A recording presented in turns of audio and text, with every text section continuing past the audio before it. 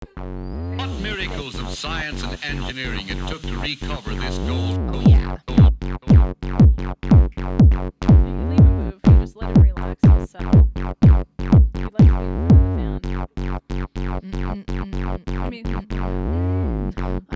Oh, Joey, will you reach over and hit the start button on the tablet in front of the screen there?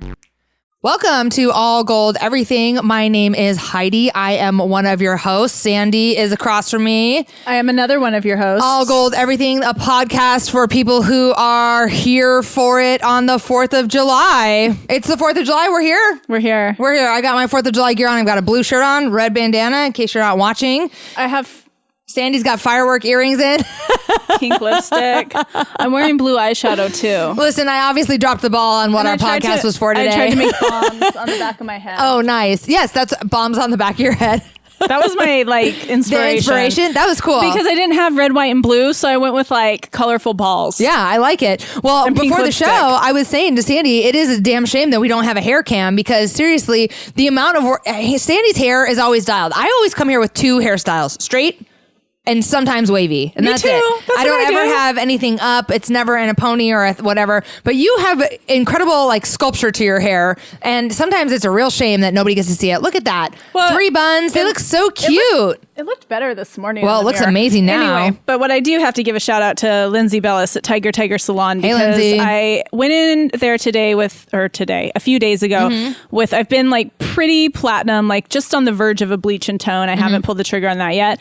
And I went in and I was like, so what do you think about if we get a little bit closer to my natural color and start adding some darks back in? She's like, I love it. And she did it. And I love my hair Looks color. really good. It's beautiful. She always does do a great job with your color. And actually, one of the things I like about the bun cam that we've got going on, which could be interpreted a different way. Buns and buns. There you go. Getting racy. I like it. One thing I like about the bun cam is that you can really see all the different color in your hair when it's up like that. It's really cute. Anyway. Yeah, so thanks, Lindsay. Thank you, Lindsay. And we have a couple of announcements before we really get going into the show today. First of all, we want to give a huge shout out to K2 Afternoon Live. We were over there yesterday. It was great. It was so fun again. It gets more fun and more fun every time. Y'all need to check out these K2 segments. That's right. More and more fun every time. You can find the K2 segments really easily. They're on my personal website, HeidiBcoaching.com, but they're also on our All Gold Everything website, allgoldpod.com, and they're also on the K2 website. They're all over the media. They're everywhere. So I mean, how are you going to miss it? it's impossible to miss. It's also on our Facebook page. It's on my personal Facebook page, our podcast Facebook page.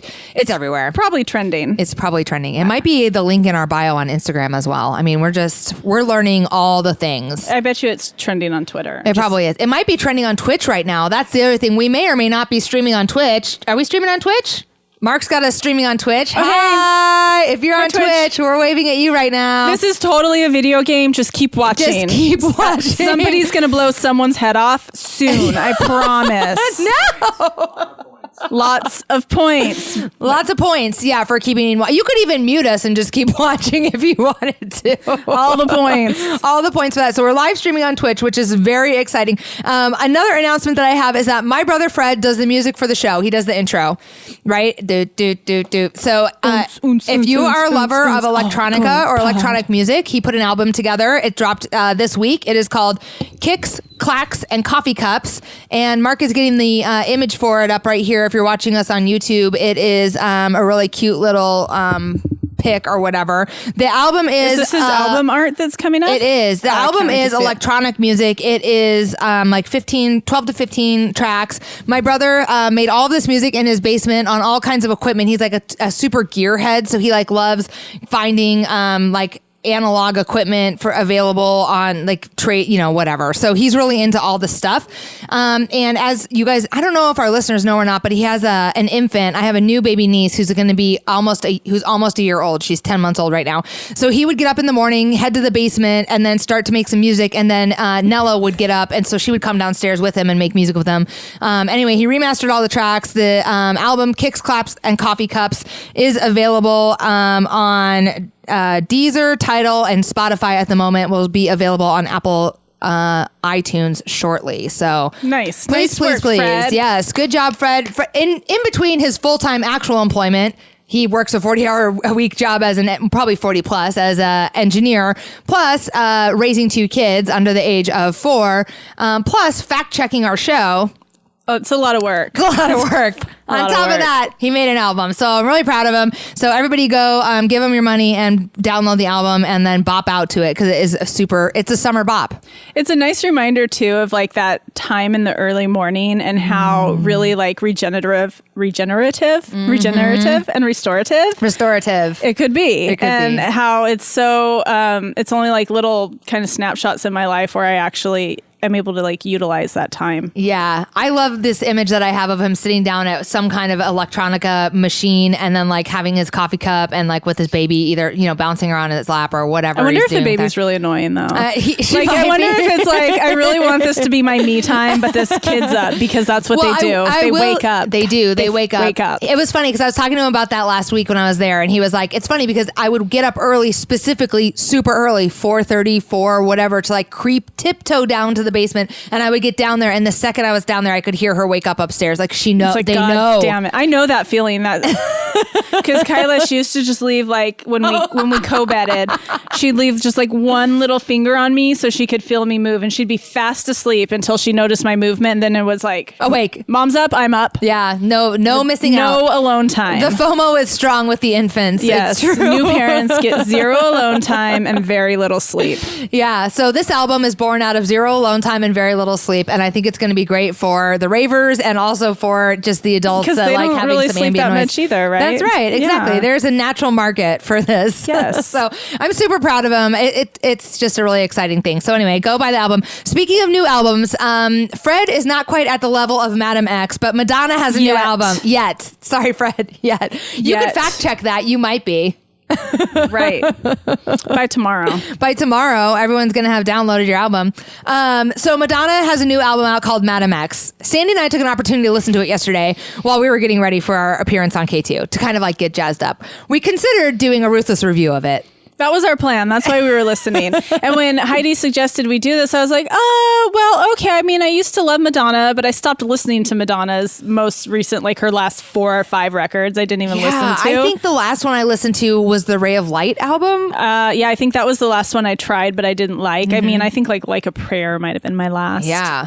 It's been a minute. So we were committed. I would consider myself a committed Madonna fan, but then she lost me in like after that Ray of Light album, which I recall that being out when I was in college, which would have been early 2000s. Yeah. After I really... Did you like that? Was it like you liked that one, then she lost you after it? Yes, I did. I really liked the Ray of Light track. And also, this is funny. We were talking about this. That was like a raver. That was a raver album. Mm-hmm. I was doing a lot of ecstasy at the time. And so I have tunnels in my brain that remind me of those days. But I will say that we were talking about this. We listen to music very differently. And it's the kind of interesting thing because my husband is this way as well, where he'll get an album and listen to the whole thing front to start. What am I trying to say? Beginning to end, front to back. Mm-hmm. And like they got to be in order. And you got to hear the songs in order because like there's a story. There's a story to be told by the artist. Sometimes. Me, I'm like, I only want to listen to the cuts. I don't even want to get to the deep cuts. I want to hear the radio cuts and that's it. So I never in my life have listened to an album all the way through. Oh, yeah. I mean, that's what a favorite record is, right? It's like it's a favorite record because I could listen to it all the way through. Mm-hmm. And like there might be a few songs that are not as favorite, but I still like them enough to listen. Mm-hmm. I recently listened to the A Star Is Born soundtrack. And that was one that I couldn't listen to all the way through. There were just too many like not adequate songs. And so I did just listen to the cuts on that one. There are about 5 songs on that one that I would just skip through and listen to. So I kind of can relate to that. I have listened to 2. Now that I said I've never done that in my life, I will say I have done it, but it's only to 2 albums. There's an album by a band called Keen, which is piano heavy, that I have listened to front to start to finish. I bet Joey knows that record. That's like Keen. It's like a keyboard. Keen. Oh, Somewhere Only We Know. Yeah. Yes. That whole album is great. That is I know that I actually had that on my iPod forever. Yes. It's like a lot of big, it's like very dramatic music. There's like a lot of movement in it. It's like big swells, like big emotional pull to it. Yeah. So I love that album. Coldplay, but better. It is, exactly. Yeah. I'd say it's like a leveled up Coldplay. Yeah, it's like what Coldplay should be. Yeah, and frankly, that band did not get much notoriety. I don't know what happened to them, but I thought they were a great band. I love that album. And then I didn't even know it was a band. thought Keen was like the dude. And if you have a minute, why don't we go? I thought that was Keen. Maybe if he needs us for backup singers, we're obviously available. And then the other album I had done that to was we listened to this the other day in the car, Born This Way. Is that the album? Yeah. Born This Way with Lady Gaga. Yeah, I was on a it's a road good trip one. once where I listened to that from start to finish. I was just, because it was Pride, and I was out somewhere and I saw a sign that said Born This Way, and it just like triggered my memory because I had forgotten about that record and what a really good fucking song that is. Yeah. Like, it's a really fucking good song. Can we just have a moment of remembrance and like not forget about it for like 1 second? Yes. Well, and also inspired by Madonna, right? I mean, Lady Gaga gets a ton of inspiration from Elton John and Madonna. So, and Born This Way is an incredible piece. So we listened to the Madonna album, Madam X, yesterday. Yeah. Well, all this to get to. Wah, wah. All this good reminiscing to get to Madam X, Madonna. She made a record. She did. We listened to the first 4 tracks. Yeah. I don't remember the 4th one. Joey switched it over. Yeah, Joey hijacked the Spotify when we were listening to it. It's okay though, because part of the problem was all the tracks were starting to kind of melt There's like together. 3 songs where she says she's loco. And you know they're different because in one says she's crazy and she's loco, and the other ones just say loco and speak Spanish. Yeah. And I'm here for like the Latina influence. Like I like that integration of stuff into her music, but I did feel like all the tracks sounded the same. The first track was a total summer bop. It's absolutely going to be the first cut off the album.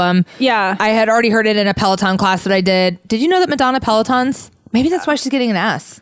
That is not a Peloton ass, Heidi. You do not. I won't, listen I to won't this conflate false the two. I won't advertising. conflate the two. You don't. Okay. There's so many thoughts. Yeah. Talk about heads exploding. Did we just promise to our Twitch followers that heads were going to explode? Oh, we promised to be blown off, but well, it's like potato. The first song sounded like I was like, oh, this could be a decent record. I could get with this. Yeah. It was like you said, it was like moving. And I'm like, okay, this is flowing. Yeah. You made a really funny comment though.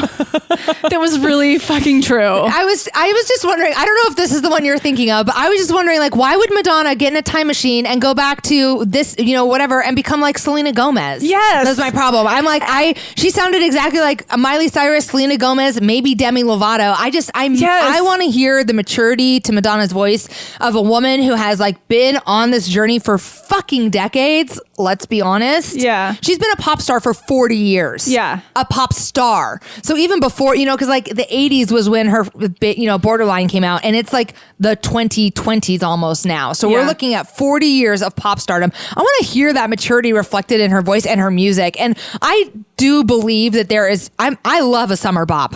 I'm here for a bop that's not too serious, whatever. But I also want to hear some of her voice that is not engineered out. Yeah. It also reminded me of, oh God, I don't know if you're going to remember this. In the, like maybe 10 years ago, Madonna did a music video with Katy Perry. Oh, Bitch, I'm Madonna with Nicki Minaj. Oh, I didn't. I missed Bitch, that. I'm Madonna. This sounded a lot like it. So, anyway, Joey knows it. I didn't. I've never heard it. Mark, have you heard Bitch, I'm Madonna? Oh my God. Everyone got to go home after this and cue up Bitch, I'm Madonna. Yeah. Because it's a bop, and it's kind of a thing where it's like not taking yourself too seriously, and it's fun.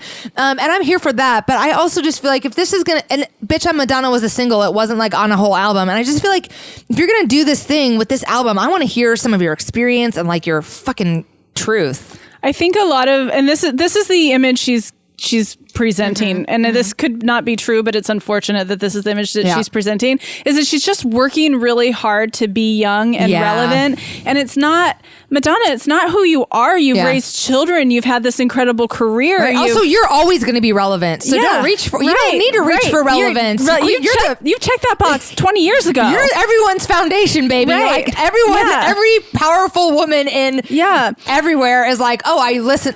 Madonna is my bedrock. I'm inspired by Madonna. So you don't need to be relevant. And my impression is that she's spending most of her time in like aesthetic medicine clinics, under the knife, getting her ass implanted. And it's like, it's just too, I'm feeling a small world coming from Madonna. And at her age, with her wisdom and her experience, agreed. I suspect her world is actually much bigger than this, and I'm sad that this is what she's showing us. Yeah. And I'm not like a super good critic of the electronic music, because a lot of this is electronic music. So I suspect, well, maybe this is just like really good beats and melodies, and I'm overlooking it, because you said that about like Selena Gomez, and I'm like, yeah, that's what it sounds like. And then it became totally distracting because and then all this like loco shit. Like, okay, you said loco 18 times on this record. I get it. Please don't play the next song where you say you're loco. Like, please don't. And so it distracted from like, maybe there is some underlying like actually like decent beats, and I don't know, that I'm missing. I don't know. Anyway, it was like a mixed bag. Let's call it a mixed bag. And I'll call it a mixed bag. then I thought something, because you know how she'd been wearing the eye patch? Yeah. I think she probably got like too much Botox. Oh, and she had to maybe like cover it up. Oh, well, you know what? If anyone could do it, I guess, you know, she can do what she wants. Two patches. She needs a patch on both eyes. It happened to my mom. My mom, it happened too. If you get too much, you can kind of get like this look. But my mom was getting it for migraines. Yeah. So we're clear. But if you get too much, it can cause this, and it's like, and that's probably maybe that's why she's got the eye patch going. Yeah, I don't know. Hopefully she moves or maybe through she it. had some tear trough work that like blew up. I don't know. But I suspect that the eye patch is aesthetic medicine related. I like that. Nothing's getting by us, by the way, frankly. You can lie to yourself, you can lie to your friends, but you can't lie to us. We'll know. And I'm going to call you out 50% of the time. But when I'm not calling you out is because I'm working on empathy. There we go. We're going to talk about Enneagrams later in the show. We got about 15 more minutes of fun kind of pop culture stuff, but then we're going to get into this Enneagram stuff where you identify with a certain number, and we'll talk more about that. So that's kind of exciting. It's like a horoscope for personalities. This will not come to a surprise to anyone. Today is July 4th, and I read an article on Vox that reports that people who are going to the hospital for fireworks related injury are exactly the people that you think. Like, teenage boys. Oh, okay. So I have a little chart that I stole from Vox. What about 45-year-old men? Are you guys do you guys do fireworks? Like homemade fireworks? Well, I'll tell you. Tell me more. Homemade fireworks.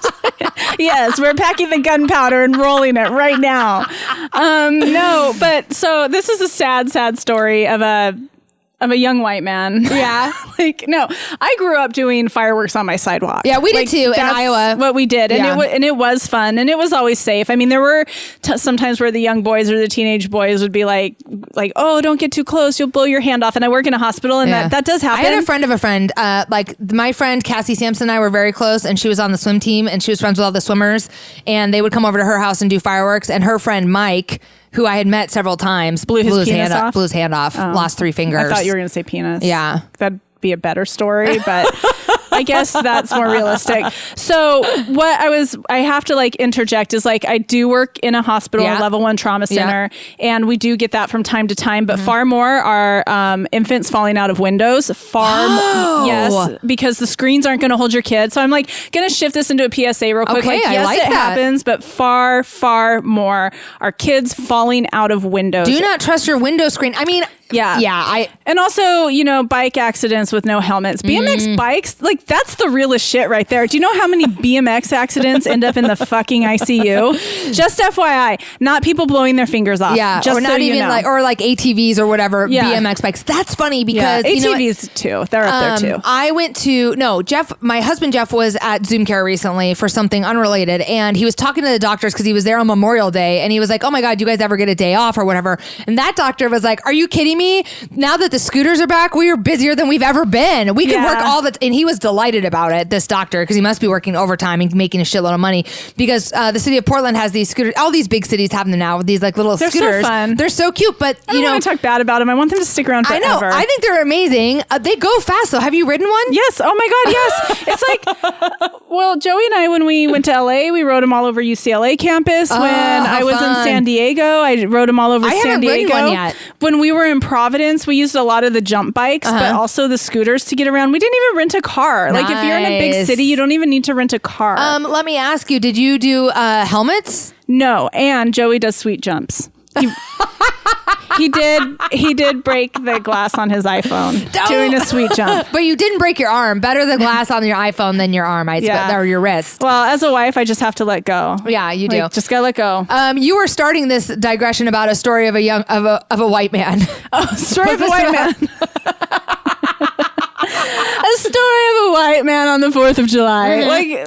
I also added some sort of empathy because I grew up doing fireworks and it is really fun. And Joey, I think, also grew up doing fireworks, except maybe not when you were in Saudi. I imagine that would be weird. We did bottle rockets and stuff and the stuff that you lit on the ground and swirl around, but we didn't do huge go up in the sky and explode into those kind of fireworks. Well, I hate to be gender normative, but I'm a girl and I liked the worms and the sparklers. Yeah, me too. But the boys liked the things that shot up with all the color. Yeah. I also liked the little Chinese house that grew. Anyway, I did it. It was fun. When I met Joey, I think for the first 2 or 3 4th of July, it's we tried, but Portland is not friendly. It is not friendly. We got you'll get shamed, you'll get kicked out. I lived in the Southwest Hills and there's just too many damn trees. There's no safe place to do it. And then if you do find a safe place, people are my dogs are really nervous. So my poor husband's he doesn't get to do fireworks. Aww. It's kind of sad. I feel bad. I feel like we should go out to Central Oregon and go in some big development cul-de-sac and just I was just going to say, it sounds to me like you guys need a vacation home in Central Oregon where you can go for the summertime to do fireworks. Yeah. We can go in on that. I got sparklers this year. The last time I went camping, we couldn't even have a campfire. Oh, because of the burn warning. Yeah. Wildfire. Yeah. I will say I was a little nervous because I picked up a bunch of boxes of sparklers for Jeff's daughter to do and me to do because I do like sparklers. But then I was like, oh, the grass is dry. What if I start I had a lot of weird worry that I normally never have. So I don't know. We'll see. Maybe we'll do them in the street or something. Yeah. But anyway, I think you're just supposed to be completely politically correct. You're just supposed to go to the waterfront with the masses and the homeless people and the heroin and the needles and just watch them above you. No, thank you. Somebody who throws epic 4th of July parties is Taylor Swift. Did you see what I did there? Yeah. Yeah. Yeah. Okay, so Taylor Swift is in the media right now for some crazy drama with Scooter Braun, which I was going to have us talk about, but is actually already done, so who cares? I don't know who Scooter Braun is. Scooter Braun is Justin Bieber's manager. Okay. And now he's a manager extraordinaire for all these, for all these kids. But not Taylor Swift. Now what happened was Does she have FOMO? Taylor Swift had recorded her first 6 albums with a record company called Big Machine Records or something. And yesterday, when she was a country artist? Her first 6. So I don't know how many she has, but it's not her most recent collection that's part of this. Is it strange? Is it funny that Taylor Swift was a country artist? I know. It's I don't even remember that Taylor Swift. Just another picture. What was the love song one that I can't remember the one? That's when she crossed over to pop, right? It's all the same note. I just remember there's one about your stupid pickup truck and my dad will shoot you or something. Yeah. Okay, so her first 6 albums are on this label, Big Machine Records or something. Now, last week, Scooter Braun also has a label and they merged. And so now Scooter Braun's label owns technically all the rights to Taylor Swift's catalog of early music, i.e. country music, her real music, potentially, as opposed to the kind of the music that's generated lately for her. So they got in a big spat over it, but it turns out they don't actually own it. Anyway, the story is so boring and so yesterday that we're not even going to talk about it. What we are going to talk about, though, is that Taylor Swift throws 4th of July ragers. There are pictures of them everywhere. It's always her and all the supermodels. And do you know how this came to pass? No. Because she is very best friends with Ethel Kennedy. Who's Ethel Kennedy? Ethel Kennedy is the octogenarian matriarch of the Kennedy family now. So she's best friends with an 80-year-old? Yeah. So apparently Taylor had an obsession with the Kennedy clan and wiggled her way very in. Sycophantic. The sycophantic slags, I'll say. Okay. Wiggled her way in to the weakest link, which apparently was 80-year-old Ethel Kennedy. And now Taylor and the Kennedys are like this. And Taylor has the best 4th of July gig on the East Coast. That's all I'm saying. Okay. I mean, the girl knows an opportunity when she sees one. Yeah. Yeah. It does sound very opportunistic. It does sound opportunistic. Yeah. Yes. I will say that. But, if you're in that world, different things become important dog to eat dog. you. Mm-hmm. I just remember Taylor Swift. It was the 4th of July because she's out there in those islands, the Nantucket, Martha Stewart area. And that's when Martha Vineyard. Well, but Martha Stewart too. Oh, that's cute. I like that. that? Because doesn't Martha Stewart have like, maybe she also she's has a house on Martha's Vineyard. Oh, I was going to say, okay, that's what I thought. But then I'm like, maybe she's just in the Hamptons. Maybe I was wrong. I have no idea. I don't know where Martha Stewart owns property. I just imagine it's like around Nantucket and all and I want to do Vineyard. is go there and light fireworks off of her property. Let's do it on Martha Stewart's roof. Let's climb up Martha Stewart's roof and light off. Yeah, we will not set your roof on fire. No, I promise. we won't. We're Definitely very won't. respectable and responsible. Sandy with works our in a hospital. Sparklers. Okay, so she's grown enough for the both of us. But back to the scooters. I was riding the scooters around in San Diego at a critical care conference. Yeah. Oh my God, did I get shamed? I'm still getting shamed for not wearing a helmet. Like in ICU rounds, it will come up that I was riding a scooter and not wearing a helmet. You are a rebel without a cause. And I I'm like just it. Well, there's just certain things that I just don't understand, and the need to wear a helmet on a scooter is one. Well, I agree. I actually feel like helmets are, I just want, I want to go back to the days where we rode bikes without helmets and scooters without helmets or whatever. But like you said, you work in a level 1 trauma center, and BMXing without a helmet is challenging, is like a thing, which BMXing is different than like riding your little Schwinn around. Right, but they're not usually, so falling out of the window is a head injury. But the BMX bikes on the ATV rollovers are a lot more like orthopedic injuries versus head injuries. Okay. And I'm not saying that you should not wear a helmet doing those things. You absolutely should, because obviously you can get a head injury. And I think a lot of people on ATVs do wear helmets, and I think that's probably why. Anyway. Where were we? Taylor Swift. We're done. We've wrapped up Taylor Swift. We got a couple more stories that we can talk about. There's 2 more that I want to get to before we move into Enneagram. So, first of all, the U.S. women's national soccer team is just dominating the World Cup this year. I saw Oprah do some weird soccer shit outside of her house. Oprah is getting on the bandwagon. Yeah, so it was a little hard to watch. It is. I was a little embarrassed for Oprah. I mean, Oprah doesn't make many missteps, but that might have been one. But then it might not have been, because everyone is on fire for the U.S. women's national team. They are really making us, they have been dominant in the sport of women's soccer for decades, probably as long as Madonna's been around. And they are always making the case they are currently in the process of making the case for equal pay. The U.S. men's soccer team makes like 4 times the amount that the players on the women's team do. And they have performed, the men's team has performed disgracefully, I don't know about that. Dismally is the word I'm looking for. So anyway, one of the greatest memes of this week, one of the greatest things we saw this week, I'm a little late to the party on this, but I just love this photo so much. One of the women's players, Alex Morgan, earlier this week, the U.S. women were playing the British team, and they were in the semifinals. Alex Morgan scored the game-winning goal, ran directly over to the sideline, and then sipped some tea in front of the UK players.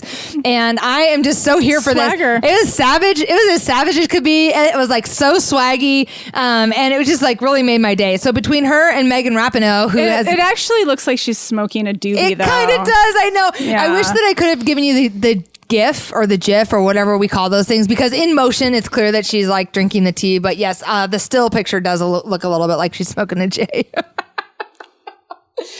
But what I love about this team is that this U.S. women's national team is giving a lot of people, a lot of ladies to look up to, and that makes me very happy. So that is kind of a nice thing. And then, one other story I was looking at this week was in Blind Item Gossip, a Wendy Williams related story. Yeah, you actually sent 2 blind item gossips. I did. So let's talk Wendy Williams. But the second one, didn't we already call? We did. I know. We're on top of it. We're on top of blind items. We're on top of it. So here's what happened. That's why you Twitchers need to listen. Yeah, gotta keep listening. To this, because if you care at all about juicy gossip, we're here. We're kind of way ahead. Like I said, they can lie to themselves and everyone else, but we know. We know the truth. Between the pair of us, we're like a super detective. But the thing is, I've already forgotten what the thing was. That's all right. So the first thing is that Wendy Williams has a thing for jewelry. Apparently, everyone in television entertainment knows that she is like really a jewelry head. A jewelry head. Yeah, she loves it. And so she and her husband, anytime things were rocky, he would always get her a new piece of jewelry to kind of help smooth things over. So she has a tremendous amount, an incredible collection, apparently. It's so much so that recently, with her and her husband being on the rocks, he has been pawning pieces of her collection without her knowing. And she has so much of it, she had no idea that he was pawning, that he was going in there, pilfering stuff that she wears very infrequently, or like wouldn't keep track of, or that was older. And he was caught by the paparazzi this week pawning bags full of bags and like a bag full of her jewelry. Oh my gosh. Yeah, so that was crazy. I don't know. That just caught my attention because we're always on Team Wendy here. Yeah, and I think people have known for a long time that this guy is no good, and that's just more evidence. That And I just feel like this is what happens. She set some boundaries with him, like that he couldn't have his car anymore, and he couldn't use her checking account. And what did he do? He stole her fucking jewelry. Jesus Christ. Yeah, yeah. And then the other blind item is the Church of Kanye. Yes, because I talked about that, right? Oh, you did. I said it. You called it. Yes. You called it. But So, I think it's a tax shelter. it might be, but the blind item is reporting that he and Kris Jenner are working on a plan to televise and capitalize on these services. Apparently, he's I'd giving watch it. services. I would watch it. I mean, I would go to the Church of Oh my Kanye. It's God. better than that Hillsong that all the celebrities are going to. Do we need to do a ruthless review of a Kanye Sunday service? Yes. Oh, yes. Okay. So that is the other thing. The Church of Kanye is happening. And I was just somewhere else this week where somebody was talking about Kanye starting a cult. And I think this was what they were referring to. What did I do this week or weekend that... Anyway, it doesn't matter.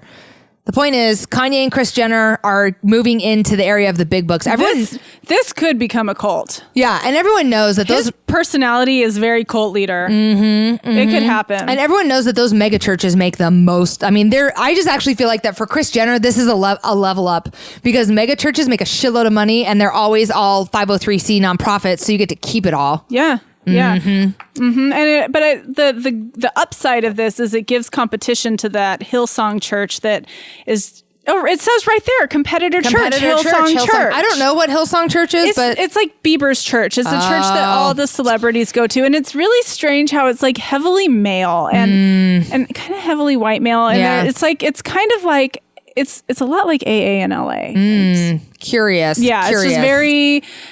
I don't want to say culty, but it's just very like clubby, like very cliquey. Yes. Okay. Now I see what you're saying. And it just makes me shudder. Ugh. Yeah. Interesting. Like all the cool people go to Hillsong, but it's rich. It's Yeah. so, and it's religion, and it's mixing the wrong shit with religion. Ugh.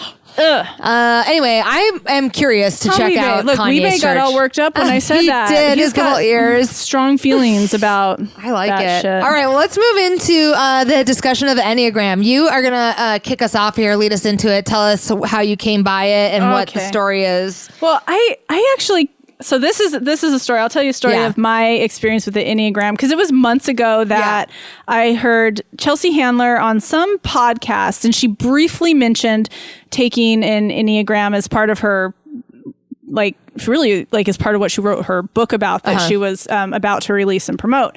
And she said something that piqued my interest, and it was like really interesting because she kind of has a story of recovery, even though she's still drinking and using Smoking weed. but she has had like a personal recovery experience, and I thought it was interesting. So I did the personality test, but I didn't know anything about it. I had just heard a blurb about it, and because like of my path of I have been in a great deal of pain. I have been very imbalanced. I have been very separated from God and the universe, and then to go through my own growth and spiritual awakening and basically actualization. And so I took this test, and because I have a lot of actualized parts of me, it came out like I was even for every personality type. I had just as much a 1 as a 2 as a 3 as a 4 as, and I was like, this is dumb. I was like, this is so dumb. I am not one personality type, right? And so I was like, okay, well, that was useless. And then what happened? I listened to an episode of Chelsea's podcast where... And her podcast is called like Life is Gonna Kill Me, or Life Will Be the Death of Me. I think that's the title of her book as well. The reason that I decided to listen to it, because I've never been a Chelsea Handler fan, actually, was because it said that there was a special guest, Dan Siegel. And I was like, oh shit, I know who Dan Siegel is. I'm on his like email list. I follow him.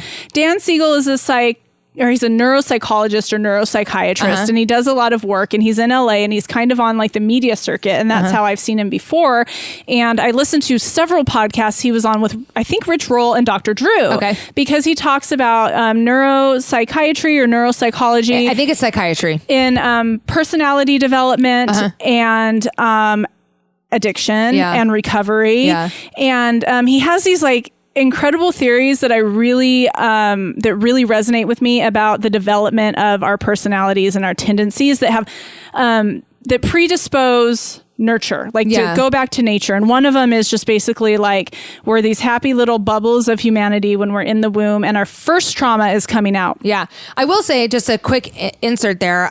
What I picked up from the podcast episode where I listened to him and Chelsea was that he is doing some really interesting research around neural pathway development, which he kept trying to like get to, but it was a little, I think, too sciencey for what they were talking about. So yeah. So I've been hooked to his like neuroscience talks for a while. They're just so interesting. The other thing I want to say that he talks about, which I also very much resonate with, is this idea of trauma and what it does to us. Trauma, as far as it doesn't have to always be, sexual abuse, physical abuse. Like sometimes it's just the trauma of existing on a plane and disconnection with God and the universe. The trauma of existing in captivity is how we humans exist now. Just like the trauma of daily lives in this world and how that affects us. What was interesting, because hearing him talk about the original trauma, you mentioned that the premise for this is that like when we're in the womb, we're these happy little bubbles, and then we come out of the womb and we experience this first trauma. And he talks throughout that podcast episode about that trauma just being like, oh my God, when I was in the womb, I didn't have to worry about eating or breathing or sleeping. And now I'm out of the womb and I have to worry about eating, and I have to worry about sleeping, and I have to worry about breathing, and like the right. And so our first reaction to that is what kind of puts us into these different personality types. So I saw this podcast with him on it, and I was like, oh, I want to listen. And it was called the Enneagram episode. And I was like, okay, like I thought that was a stupid test, right? Oh yeah, because you had taken it and written it off. Yeah, and I was like, this is dumb. I'm like, I'm a 1 through 9. Yeah, I'm all the things. I'm all the things. And then I started listening to it and listening to him, and I was like, I'm gonna take this test again. And I was like shocked and pissed that I was a fucking 8. Like, I am not a proud 8, but I kind of am, because it was like what the way that he was able to describe it on the podcast is you answer the questions with your tendency, and this is the other like beautiful thing of this. Your tendency. Yeah. Because we don't ever fucking change completely. And this is like something I've struggled in my community of recovery is we call them character defects. And we're supposed to have them removed. And then we are always talking every fucking day and every fucking meeting we go to about how they never go away and they just keep coming back up. And it's because we have these tendencies. They're here. And so what the Enneagram is it's a personality type spectrum. They're numbered 1 through 9. And really the idea is you self-identify with your tendencies. So Heidi can't tell me that I'm an 8, and I can't tell Heidi that she's a 2. That's right. It's what do we, what is our tendency, and what do we identify with the most? Now, there are a lot of online tests that can help you figure it out. You can answer a bunch of questions and it could show you what your tendency is. And the reason that and each character style 1 through 9 has it's certain, I guess, just characteristics of how we respond to certain things. And there's downsides to each one, and there's upsides to each one, but there's no good or bad numbers to be. I love that, because in the podcast with Chelsea, he's very clear, like, listen, it's not good or bad. It's just like some challenges or opportunities, like some stuff that's challenging. There are challenges to being each one of these. Like as a 2, one of the challenges for me is that I forget self-care, and then I'm like always trying to work on it. Codependence is potentially a challenge for me. For someone who is a 2 that's not like actualized or has fully come into self, right? And I definitely can look in my history and see periods of where I was less actualized and more codependent, and can look at where I'm at right now and be like, yeah, I feel pretty good about my actualization, like my level of actualization now. And all actualization means, it sounds like really like heady, because I remember when I had a therapist who fired me, and he basically told me that like, you are essentially actualized and you just need to go out and do the thing. And I was like, oh yeah. And it was like really heady to be like, I'm actualized. But all that means is we are aware of these pieces of our personality, and we have changed how we respond to them. And I like the way that Dan Siegel put it. He was like, I can laugh about it now. You don't have to take it so seriously. And so like we'll get into each personality type, and Heidi will probably spend more time on hers, and I'll probably spend more time on mine than the other ones. But we want to just kind of talk about it because it's really cool. It was like highly accurate. I mean, so I had looked through the personality personality types, and I'd be like, I had listened to it because on the episode with Chelsea Handler, if you go listen to it, they go through pretty thoroughly each of the 9. So I had listened to the explanations. I knew that you were an 8 already because you had told me about it as you sent me the podcast. I was listening to it and I'm like, I might be a 2, and I was like, I might be a 3, and really like that was where I kind of resonated anyway. But then you also sent me one of the little tests. It's only like it's a 1 through 5, or it's like a scale of tendency. It's like maybe 25 questions. It was super easy. Yeah. Joey found a shorter and easier one, and that's the one I sent you. And so it only took like a minute, and then that confirmed what I had already thought, which was that like I ended up in 2 with some 3 tendencies, right? So it's super easy to do, and like it was really accurate, and it was just good to know, like, yeah, this resonates deeply for me. This is like really about where I'm at, and like when we get to it, for 2s and codependence, like I'm always there's part of me that's always very self-centered, which is kind of the 3 tendency that I have. I was going to say when I was thinking like Heidi could be a 3 also. Yeah. But there's also part of me that's not because of self-centered, because it's like a performer and all that exactly. stuff. Putting on the Heidi show is the thing that I, whether it's authentic to me or not, it's always the thing that I do. It has become a more authentic Heidi show as I've gotten older than it used to be. Right. But as a 2, and it talks about just like really being somebody who is kind of other-centered, and I just, I'm like, there's part of that that's true for me too. Like I get inspired and energized by helping other people. Yeah. So it's cool. So how do we want to do this? What do you think is the best way to go through these tendencies or these types? Because we could just kind of read a little bit about them, or I don't know. I think that we could. So this website that I have is the Enneagram Institute, and it goes through them, and we could really just say like a really short description of the types in brief. And it's nice because it has like examples of famous ones. So I'll name a couple of those. Oh, I love that. I'm on there. I'm actually on there as well. Right now I'm on the list of the 9 Enneagram type descriptions, and it has just like the reformer with like a couple of words. You click on that. You can click on that. Why don't you take us through the first one? Well, I think what I want to say about, there was something I wanted to say about when you were talking about you being a 2 and you being kind of other-centered. I was thinking sort of like where the beauty in this lies, and I think the purpose is it's really great to have more awareness about ourselves and to understand ourselves, totally. And then we could like, kind of like we could become aware, and then we could either not take ourselves so seriously or like for me, alter behaviors, which luckily in the I'll get to it when I get to mine, but also like me as your friend, right?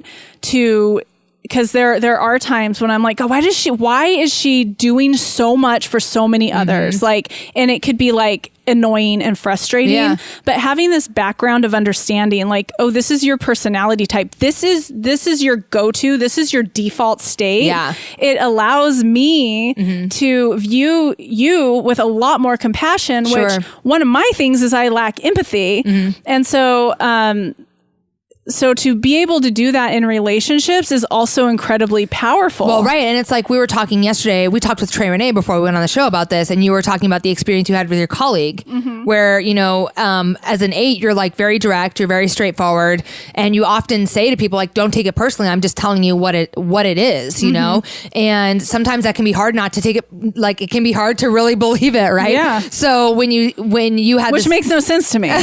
Makes absolutely no sense to me. Why do you not want to hear the truth? I think that part of it is that you're so passionate about it that it's like, how could somebody who's so passionate about whether it's the truth or whatever it is you're trying to communicate, like, how could this not be personal? Because you're so on fire for the things that you deeply believe. Like people should do their jobs right. Right. Yeah. That's like such a classic. That's been your thing for so long. Right. Yeah. And that's really interesting because show up to work and do it well. Yeah. Like what the fuck? So it's hard not to take that personally as someone that you work with probably because you're like really passionate about it. You're kind of like no fucking nonsense about it. But if somebody knows that that's just your personality style, that's part of like this personality type that you are, then it does give them some freedom to go, okay, it's true. Like she's telling me not to take it personally.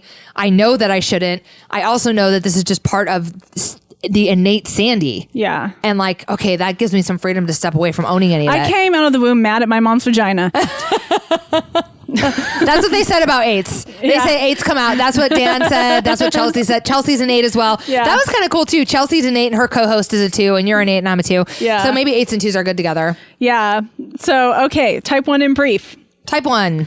The reformer is what type 1 is called. Yes, type 1's called the reformer. It's the rational idealistic type. They're described as principled, purposeful, self-controlled, and perfectionistic. Oh, perfectionistic. Yes, this is, I remember listening to this segment about the 1, and the perfectionism can really be, if you are an unactualized 1, the perfectionism can be excruciating. Yeah, because it's the person who will do the same thing over and over and over again until it's absolutely perfect. And it can be hard to work for an unactualized. Like, it can be very hard to work for someone who is an unactualized 1. Mm-hmm. So somebody who's an unactualized perfectionist, it can be like, it's so like, why don't you understand that this is good enough? Right. Yeah. So Michelle Obama is a 1. Hillary Clinton. Rudy Giuliani. Let's see if anyone else is good on this list. Well, I guess Mahatma Gandhi is good. Oh, he's pretty good. Nelson Mandela. All right, whatever. So ones are leaders. Ones are leaders, and they're perfectionists. And like that actualized perfectionism can really get to a place where you create something that's beautiful and that you can that is really as good as it can be, and then you can let it go. Right. I remember Dan and Chelsea talking about that. Yeah. So that's really good. 2 is the helper, which is a caring, generous, demonstrative, people-pleasing, and possessive. I didn't know you were possessive. Yeah, that's true. That's true. They're well-meaning and driven to be close to others. You're not possessive of me. I love a possessive friend. I'm like, how do you know? No, maybe it's because I'm actualized and I have maybe I used to be and I've let you go. Who knows? Who even knows? Put the lotion in the basket. So they're well-meaning and driven to be close to others, but can slip into doing things for others in order to be needed. They typically have problems with possessiveness and with acknowledging their own needs. At their best, they're unselfish and altruistic, and they have unconditional love for others. But their basic fear is of being unwanted or unworthy of being loved. And their key motivators is to want to be loved and to need to be appreciated. Monica Lewinsky is 1. Oh yeah. I am here for Monica Lewinsky. I would love to have her on the show. I am I feel like I need to make a personal apology to Monica. She was just trying to help Bill Clinton. Just trying to help. Who else is on here? She was an unactualized 2 when that happened. The Pope is on here. John Denver, Lionel Richie, Barry Manilow. Sang back up for him. Paula Abdul. I'll never let anyone forget that. Need to be needed. Arsenio Hall. Who dated Paula Abdul. Yeah. Oh, that's right. So, Mary Kay of Mary Kay Cosmetics. Okay. Dolly Parton. Oh, Nancy Reagan. Okay. Well. Just say no. Oh, right. Just say no. She just wanted to help everyone get sober. So anyway, being a 2 is pretty cool, but it can be really hard when you're wrapped up in trying to help everyone else. Well, I said to Heidi yesterday when we were talking about this, I'm like, the thing that pisses me off about the 2 is the worst case scenario with your personality type is you're too codependent. Yeah, I mean that possessive thing is a little. The worst case scenario with mine is I'm a narcissistic sociopath. Heidi's is she's too codependent. Possessive. I mean, I get jealous. You know what? I do get jealous. I think it's that I want to take care of you. I want to take care of you. You're mine, all mine. Squeeze the puppy thing. Yeah, you know what I mean? I mean that is true. And then sometimes it's if I am helping someone a lot. I mean, this is the lower self of this, right? The unactualized self. I haven't felt this way in a long time, but say, I've got a really good friend and we're always, together doing all this stuff. And then they start confiding in another friend and not me. Then I kind of so sometimes I feel yeah. But I think that's human too, right? Yeah, there's some humanness to that. One thing about this Enneagram is that we all relate to parts of all of these. Are the one that we, as our personality type or however you want to say it, is the one that our tendencies are the most towards, because there are pieces of all of these that I relate to, and that's one of them. I think that we all kind of feel that way. Yeah. Also the perfectionist, although I'm at a place now where I know that I can't just do things 72 times until I get it right. Right. There's a piece of me that wants to. Yeah, I agree. There is. Yeah. We talk about writing a book and I'm I don't know, because I would want to review it a lot to make sure. Times, yeah. But I don't. In life, I just don't do it. So even though I kind of relate to it, that's not my go-to tendency. Yeah. If that's a good way to describe that. The next one is the 3, the achiever. Achiever. The overachiever. These are success-oriented and pragmatic. That's Weebay. Image conscious is what I remember Dan and Chelsea talking about. Oh yeah, all the threes in the bathroom fixing their hair. I just spit. I'm definitely. Me too. The threes are image conscious, so they really don't care about it. When you compare a 3 to a 1, Dan was saying like a 3 doesn't care if it's perfect as long as it looks good at the end. Yes. Right? They don't care about what the final product is as long as it's a pretty package. I can have some 3 tendencies around that, especially as I move through like writing a book and putting together content for my coaching business, where I'm like, you know what, perfectionism is the enemy of good enough. It's fine. I want it to look good. I want it to be effective. It does not have to be perfect anymore. But at their best, they're self-accepting and authentic, but their basic fear is feeling worthless or unvalued. Yeah, I mean, 3s are a little bit scary to me because it's like the charmer type. It's like they look good. A lot of 3s have hurt me. But they're a little scary. So Bill Clinton is a 3. Oh yeah, yeah. But I mean, I'm a big fan of Bill Clinton and his presidency. Don't get me wrong, but like as a man, I would not date him. Oh, interesting. Oprah Winfrey's a 3. Mm-hmm. So is Tony Robbins, Lady Gaga. Simpson. Whoa, all the musicians. Oh my God, of course, all the musicians. Madonna, Whitney Houston, Lady Gaga, Taylor Swift, Justin Bieber, Cindy Crawford, Tom Cruise. Will Smith. All the famous people are 3s. Ryan Seacrest. That makes a ton of sense. Mm-hmm. Reese Witherspoon, Demi Moore. Interesting. So anyway, they're charmers. You're right. Yeah. I don't know. I don't know what else there is to say about a 3. An unhealthy 3, fearing failure and humiliation. They can be exploitative and opportunistic, covetous of the success of others, and will do whatever it takes to preserve the illusion of their superiority. At the worst, they can become vindictive, attempting to ruin others' happiness. At their best, self-accepting, inner-directed, and authentic, everything they seem to be. Modest and charitable, Deprecating. Yeah. It's a deprecatory. That's like a lot of syllables. That's extra. That seems excessive. Self-deprecatory humor and fullness of heart emerge. Gentle and benevolent. So that's a good example. Since I did kind of slam the 3s, I was able to bring it back. Yeah. What did they said something good about the 3 though on the podcast? I forgot. Anyway, let's move on to the 4. The individualist. These are the sensitive, withdrawn type. Oh, these are the people that are like just so like they were talking on the podcast about these people being like the artists, the true creatives. Oh, right. Of like, no one will ever understand me. This reminded me a lot of alcoholics, the way they were talking about this on the show. I'm so tempted to say who it reminded me of, but I'm not going to. I can't think of who it is, but you'll have to tell me after the show. Okay. Like everybody I know in the rooms. Oh, okay. Basically. Okay. I am so special. I have this disease. Expressive, dramatic, self-absorbed, and temperamental are the worst sides of the 4. And they can be, there is this, I liked the way that Dan and Chelsea talked about this on their podcast, but at their best, they're inspired and highly creative. Yeah. And able to kind of set aside the like, I'm trying to think of like the emo-ism of their 4 of like, everything is awful and this is the worst.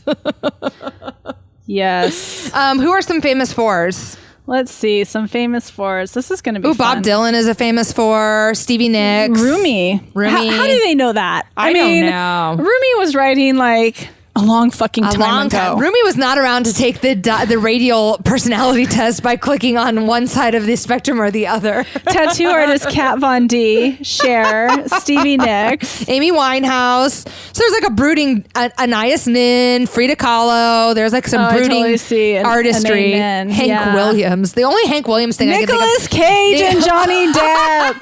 Yes. This is funny because Hank Williams came up on this list, and the only Hank Williams thing I can think of is that he used to do the Monday Night Football song, which is like very definitely not. Huh? That's Hank too. Oh, that's his son. Okay, that's different. Okay, because I'm like, are you ready for some football? That does not seem very like dark and emo, but yeah. They typically have problems with melancholy, self-indulgence, and self-pity. At their best, like you said, inspired and highly creative and able to renew themselves and transform their experience. I hope that works out for all of them. But yeah, I just know it's so funny. I know too many people like that. They're really well described on the podcast. They're also called the romantic, I guess, is what. That's right. Yeah. That's right. Yeah. Number 5 is the investigator. Ooh, perceptive, innovative, secretive, and isolated. They're insightful and curious. They might be high strung. They typically have problems with eccentricity, nihilism, and isolation. At their very best, they're visionary pioneers, often ahead of their time, entirely able to see the world in an entirely new way. I don't know if I know any fives, but here are some famous fives. Stephen Hawking. Oh, yeah. Emily Dickinson. Trent Reznor. Stanley Kubrick. Jodie Foster. Annie Leibovitz. Oh, Julian Assange. Interesting. Dr. House, if you watch TV. Yeah. So knowledge, understanding, and insight are highly valued by fives because their identity is built around having ideas and being someone who has something unusual and insightful to say. For this reason, fives are not interested in exploring what is already familiar and well established. And what they said on the podcast is the one where the five is the one that'll come to you and be like, I have all these ideas. We should do this. We should do this. We should do this. And they can't. But we're not going to actually do any of these. That's right. Yeah. That's right. Yeah. That was interesting. I liked that description. I can relate to that a little bit, but there's a lot of this that I don't relate to. Yeah. Which brings us to the next one, the 6, which I do have my second Your most 6 tendencies are 6 because there are actually a lot of things that I relate to with the 6, but there's also some things that I do not relate to with the 6. So what do you want to tell us about the 6? So type 6 is called the loyalist. They are committed, security oriented. That was what came away for me from listening to this podcast with Dan and Chelsea. So the 6 is like very much vigilant about all of the things: financial security, emotional security, physical security. It reminded me actually a little bit of my husband. He hasn't taken this Enneagram test yet, but they're skeptical. They're skeptics as well, and they happen to be, and maybe a little bit of a pessimist. Oh, love you, Jeff. It's his birthday today too. Happy birthday! Love you, baby. Happy birthday, pessimist. He's cynic like me, But he's skeptical, and more than that, he is vigilant, and like he's very like aware of all of the things, and so I need that in my life. So that's the piece that I don't relate to is the piece of like, so they say that like a 6, if a 6 is in a room, they know every exit. They know where, if they're in a big event, they know where the exits are, where the police are. They probably avoid big events in the first place. Right. And so they always know what's their surroundings are and how they can leave. And then so I don't actually relate to that. I'm totally oblivious to that shit. The other thing that was mentioned as a personality type is like, they're the ones who are at the store and they need a roll of paper towels. And so they'll buy 6 because you never know if there's going to be like some type of disaster and you need extra paper towels. And I do have a little bit of tendency to that, but I don't actually do that. It is not my tendency to do that. Joey's tendency is like, well, we're down to a teaspoon of coffee, but we're going to wait until we're completely out of coffee to buy coffee. And that does kind of irk me. I primed some coffee today, by the way, boo. That's funny. I feel like I have a little bit of that tendency to buy all the stuff in case the end of the world is coming, but I have actually always attributed that to my alcoholism, like my more. Yeah. Like if that's the 4 in like you. if one roll of toilet, it might be. If one roll of toilet paper is good, then I need 100. Then 100 would be better. You know, because I'm an alcoholic and I'm different. It might be. It's some of it's about more, but some of it's maybe about being prepared. Like I went to go buy an earthquake kit, and then $1,000 later, I had like all. I mean, I meant to spend. Earthquake kits are overpriced. I know. Well, I put it together myself. I meant to buy just like 5 things, and then I bought 100 things. So like, oh my god, I need some tampons. What if somebody's on their period during the earthquake? I need to make sure that we have some Snickers because I want to like snack on Snickers bars, not just eat rice and beans for this extended period of time. Like I really went way overboard on it, and I don't know if that's like a little bit of 6 tendency or maybe a little bit of 4, but who knows? I don't know. I mean, I do think that sounds a lot like how they describe a 6. What I do relate to of the 6 is this idea about cynicism and Oliver Stone and Spike Lee are 6s. Speaking of cynicism. It's funny. The reason 6s are so loyal to others is they do not want to be abandoned and left without support. Their basic fear. Thus, the central issue for a type 6 is failure of self-confidence. 6s, it's hard. I relate to some of it, but not to the others, because the very beginning of when they come out with the 6s, they talk about this questioning everything and everybody. And that is very much me. But that's why 6s can become very... like the way Dan described it, it made him like a really good doctor. And he worked when he was in medicine, he worked in pediatrics. And so because he was thinking about everything, because you think about every possible scenario, then he was able to like not just be like, oh, it's an upper respiratory infection, go home. It might be this really weird disease. And every now and then he would hit, and it was this really weird disease. And he actually saved a handful of lives because of his 6 tendencies. And then the downside is that actually can also make a really bad doctor. Yeah, because you're always guessing instead of looking at what's right in front of you. Not guessing, but you're always looking for something else aside from what's right in front of you. Interesting. So more so than the 6, though, I have 7 tendencies. Oh, the 7. Yes. I thought this was the one where they were talking about the enthusiast has all the plans but can't get to them. Maybe the enthusiast has the plans and gets to them. I don't think the enthusiast has plans. The enthusiast is busy, variety-seeking type, spontaneous, versatile, acquisitive, and scattered. They're extroverted, optimistic, versatile, and spontaneous, playful, high-spirited, practical. They can be scattered and overextended at times.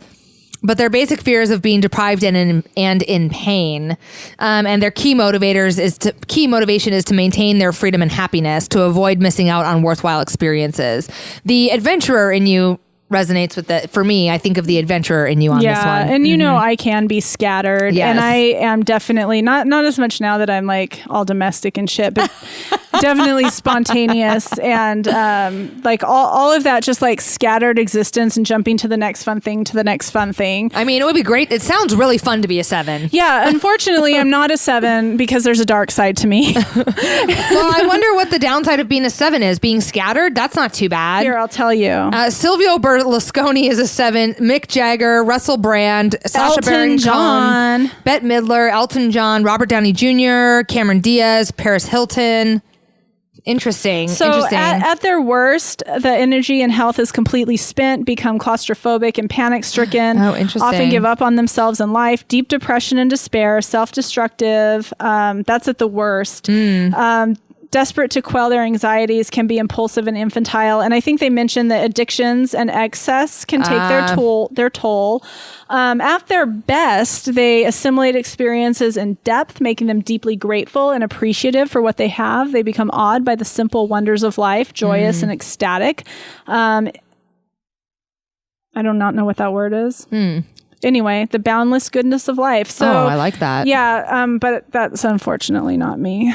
You're an 8. That's what's next. Yeah, so next is me, 8, the challenger. A powerful, dominating type. Confident, decisive, willful, confrontational. Yes. 8s are confident, strong, and assertive, protective, resourceful, straight-talking, and decisive, but can also be egocentric and domineering. 8s feel they must control the environment, especially people. And now that's something that I actually have, thank you to recovery, because when I let go of that, my life changed. Letting go of people? Letting go of... or controlling environment? Yeah, taking control of environments and people. That was the easiest thing for me to let go when I got sober. And it was so good for me. This is so true. Basic fear of being harmed or controlled by others. Basic desire to protect themselves. That is so true. So the funny thing about this, what I really like is I was at work and I listened to this podcast and I sent it to Joey, and Joey sent me a text like right before I went into a meeting with coworkers. Can you tell me what you said? I want you to tell Joey's in the studio, if only for all kinds of reasons, but definitely to deliver this one-liner. What was the text? I said, "Oh yeah, you're an 8. Everybody's a disappointment and nobody gets it." And he loves me. He does. And so you love him. And I love him.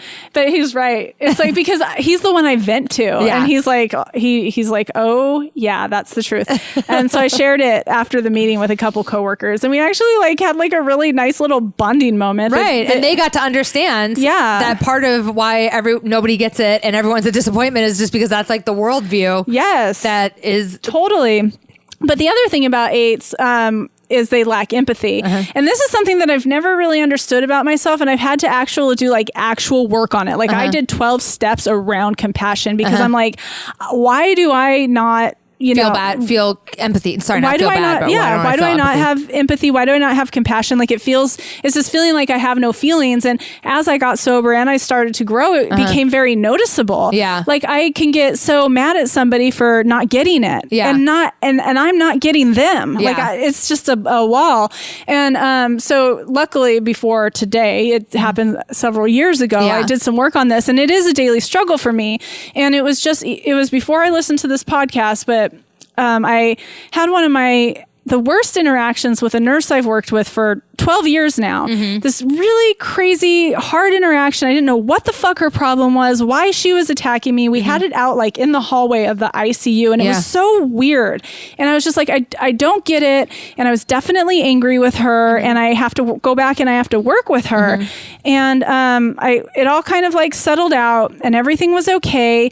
And then we were back in an interaction, and she made like a shitty comment to me, and I'm just like, fuck. And it was just like, I'm like, it made me mad. I'm like, why is she doing this? I'm getting angry again. And then I'm like, look at her shoes. Just look at her shoes.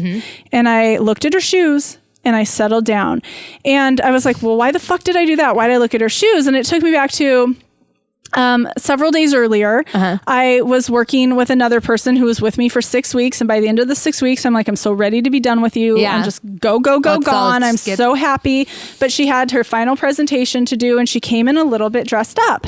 And I looked, and I was like, and it was funny because I was with another coworker who was like, I saw him do the full, like, he was judging her hard.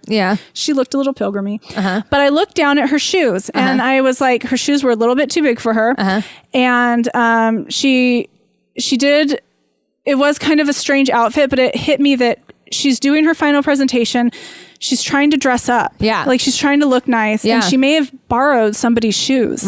And I had this overwhelming feeling of empathy and compassion for her, and all that irritation. And I'm glad she's gone, like floated away, and my mind was open, and we were able to go in and do this. And so it just naturally happened that a couple weeks later, I'm standing there with this nurse who like really angered me, and I just looked at her shoes and diffused. And like, this is what this Enneagram is. It's a, I do feel like it was happening for me already. Reading this just allowed me to like have validation and just like kind of understanding in words to what's actually going on. Is this is my personality type, this is my tendency, and this is how I kind of manage my tendencies these days in my current state of growth.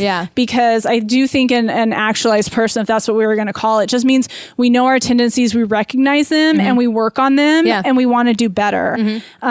Because at the end of the day, I think all we all want is connection. I 1000% agree. So that's my little spiel. Some other eights.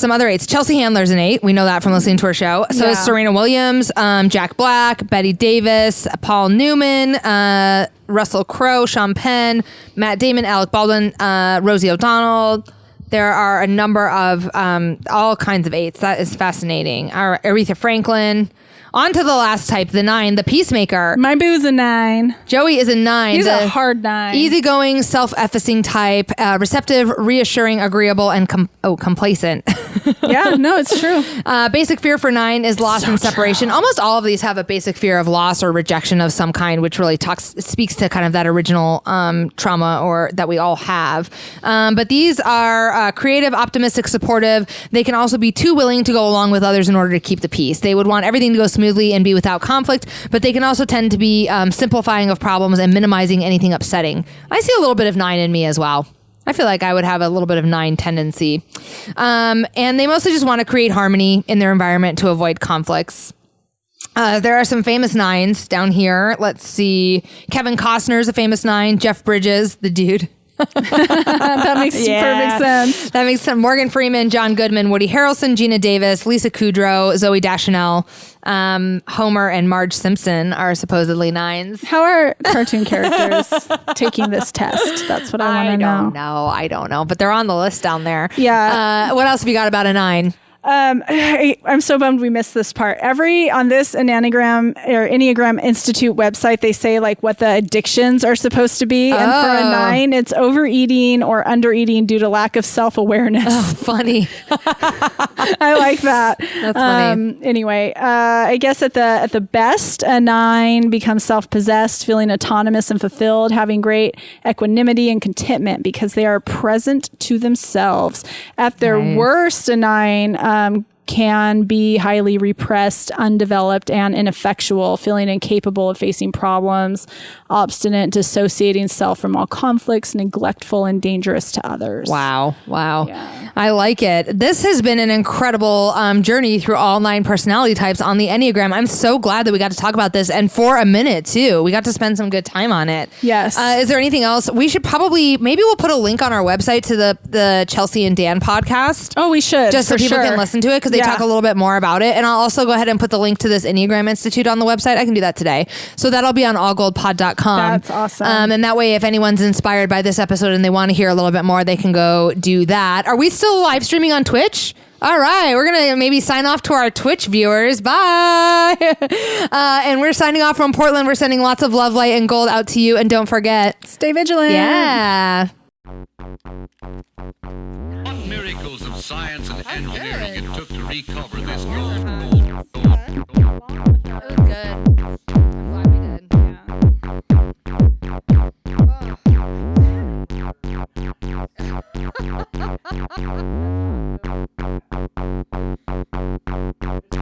Sociopath and a serial murderer.